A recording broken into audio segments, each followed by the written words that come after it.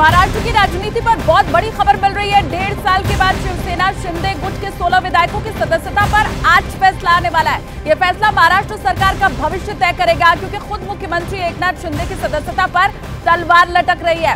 अगर इन 16 विधायकों को अयोग्य घोषित कर दिया गया तो फिर एकनाथ शिंदे की कुर्सी चली जाएगी। मुख्यमंत्री एकनाथ शिंदे को अपने पद से इस्तीफा देना पड़ेगा। सुप्रीम कोर्ट ने महाराष्ट्र विधानसभा के स्पीकर राहुल नार्वेकर को इस मामले में 10 जनवरी तक फैसला सुनाने का आदेश दिया था और आज ही फैसले की तारीख वो आ गई है। यानी कि आज महाराष्ट्र विधानसभा के स्पीकर ये बताएंगे कि मुख्यमंत्री एकनाथ शिंदे समेत उनके गुट के 16 विधायक भी रहेंगे या फिर नहीं। तो बड़ी खबर, आज ये फैसला आने वाला है कि शिंदे गुट में गए सभी विधायकों की सदस्यता बरकरार रहने वाली है या फिर नहीं रहेगी। और अगर सदस्यता बरकरार नहीं रहेगी तो फिर एकनाथ शिंदे की कुर्सी जा सकती है, क्योंकि उनकी सदस्यता के ऊपर भी यहाँ तलवार लटक रही है।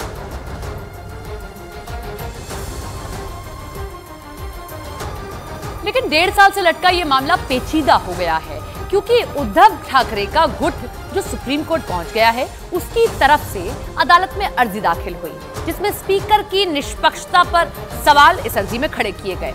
उद्धव ठाकरे गुट ने कोर्ट से शिकायत की कि फैसला सुनाने से 3 दिन पहले विधानसभा स्पीकर राहुल नार्वेकर ने मुख्यमंत्री एकनाथ शिंदे के घर जाकर उनसे मुलाकात की है, जबकि इस मामले में शिंदे की खुद की सदस्यता पर फैसला आना है। ऐसे में उद्धव ठाकरे गुट ने सुप्रीम कोर्ट में सवाल उठाया कि स्पीकर शिवसेना के 16 बागी विधायकों की सदस्यता पर निष्पक्ष फैसला कैसे सुना सकते हैं। 2 बार वो मिले, एक बार नहीं 2 बार मिले हैं। दोनों जो है सिर्फ मुख्यमंत्री और स्पीकर नहीं है। स्पीकर जो है वो ट्राइब्यूनल है और मुख्यमंत्री का आरोपी है।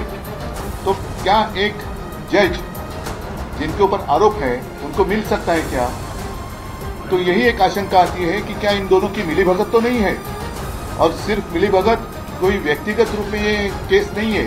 देश में प्रजातंत्र रहने वाला है या नहीं है, या दोनों मिलकर प्रजातंत्र की हत्या करने की साजिश कुछ कर रहे हैं, कोशिश कर रहे हैं, ऐसे तभी निकाला जा सकता है। उद्धव ठाकरे फैसला आने से पहले ही उस पर सवाल उठा रहे हैं। वो जिस मुलाकात का जिक्र कर रहे हैं उसके बारे में आपको बताते हैं। ये मुलाकात हुई थी 7 जनवरी को। 3 दिन पहले महाराष्ट्र विधानसभा के स्पीकर राहुल नार्वेकर एकनाथ शिंदे से उनके घर पर जाकर मुलाकात करते हैं। इसी बात पर उद्धव ठाकरे गुट आग बबूला है। उसने सुप्रीम कोर्ट से इसकी शिकायत भी कर दी, लेकिन महाराष्ट्र विधानसभा के स्पीकर राहुल नार्वेकर उस मीटिंग पर सफाई दे चुके हैं। उन्होंने बताया कि पहले वो 3 जनवरी को मुख्यमंत्री एकनाथ शिंदे से मिलने गए थे, मगर वो खुद बीमार हो गए, इसलिए फिर 7 जनवरी को वो एकनाथ शिंदे से मुलाकात करते हैं। उन्होंने मुलाकात करने की वजह भी बता दी। उन्होंने बताया कि इस मीटिंग में उन्होंने मुख्यमंत्री से मुंबई के कुछ इलाकों के सौंदर्यीकरण के बारे में बातचीत की है। ये पूरा विवाद 1.5 साल पुराना है, जिसने महाराष्ट्र की राजनीति में खलबली मचाई है। कहां से शुरू हुआ मसला, जरा समझ लीजिए ग्राफिक्स के जरिए। मसला शुरू होता है जून 2022 से। शिवसेना, कांग्रेस और एनसीपी की गठबंधन की सरकार थी, आपको याद होगा, और उस वक्त उद्धव ठाकरे थे मुख्यमंत्री। गठबंधन सरकार के मुख्यमंत्री उद्धव ठाकरे बनते हैं। एनसीपी समर्थन देती है, कांग्रेस समर्थन देती है और शिवसेना का समर्थन होता है। और इसके साथ ही जून 2022 में एकनाथ शिंदे ने 39 एमएलए के साथ बगावत का सुर एकनाथ शिंदे ने छेड़ दिया शिवसेना के अंदर। उद्धव और शिंदे गुट के बीच 2 धड़ों में शिवसेना बट गई। यहां पर इसी के चलते उद्धव ठाकरे ने सीएम पद से इस्तीफा दिया, जिसके बाद बीजेपी के समर्थन से एकनाथ शिंदे महाराष्ट्र के मुख्यमंत्री बन गए। उद्धव ठाकरे गुट ने 16 बागी विधायकों के खिलाफ याचिका दायर कर दी। स्पीकर राहुल नार्वेकर आज अपना फैसला इन्हीं बागियों पर सुनाने वाले हैं।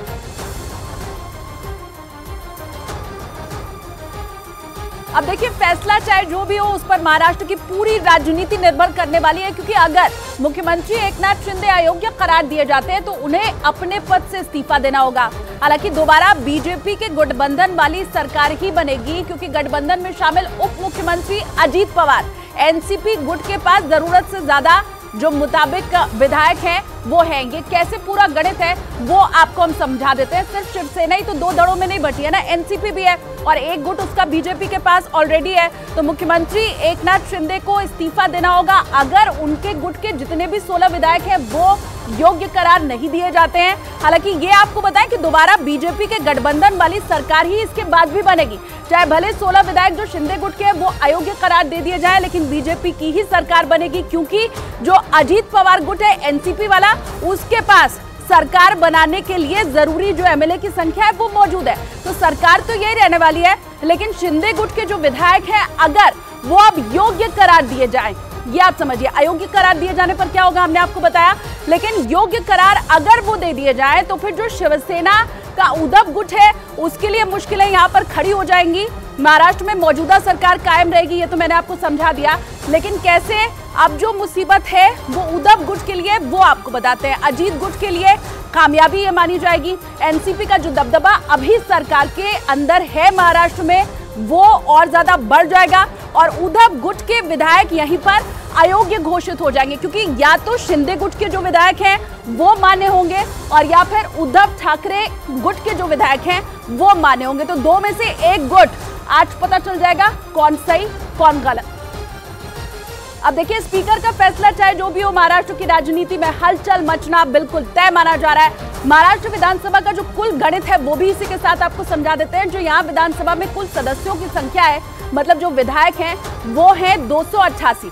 अब सरकार बनाने के लिए आधे से एक की संख्या जाहिर है होनी चाहिए, तो इस लिहाज से राज्य में सरकार बनाने के लिए किसी भी पार्टी को 145 विधायकों की जरूरत पड़ती है।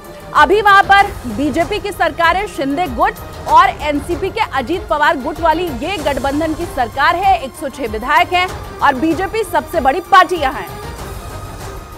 अब समझाते हैं आपको बहुमत का आंकड़ा और 145 एमएलए जो कि अभी ऑलरेडी ये जो आपको गुट दिखाई दे रहा है इसके पास है। बीजेपी के 106 विधायक हैं, शिवसेना शिंदे गुट इसके 44 विधायक हैं।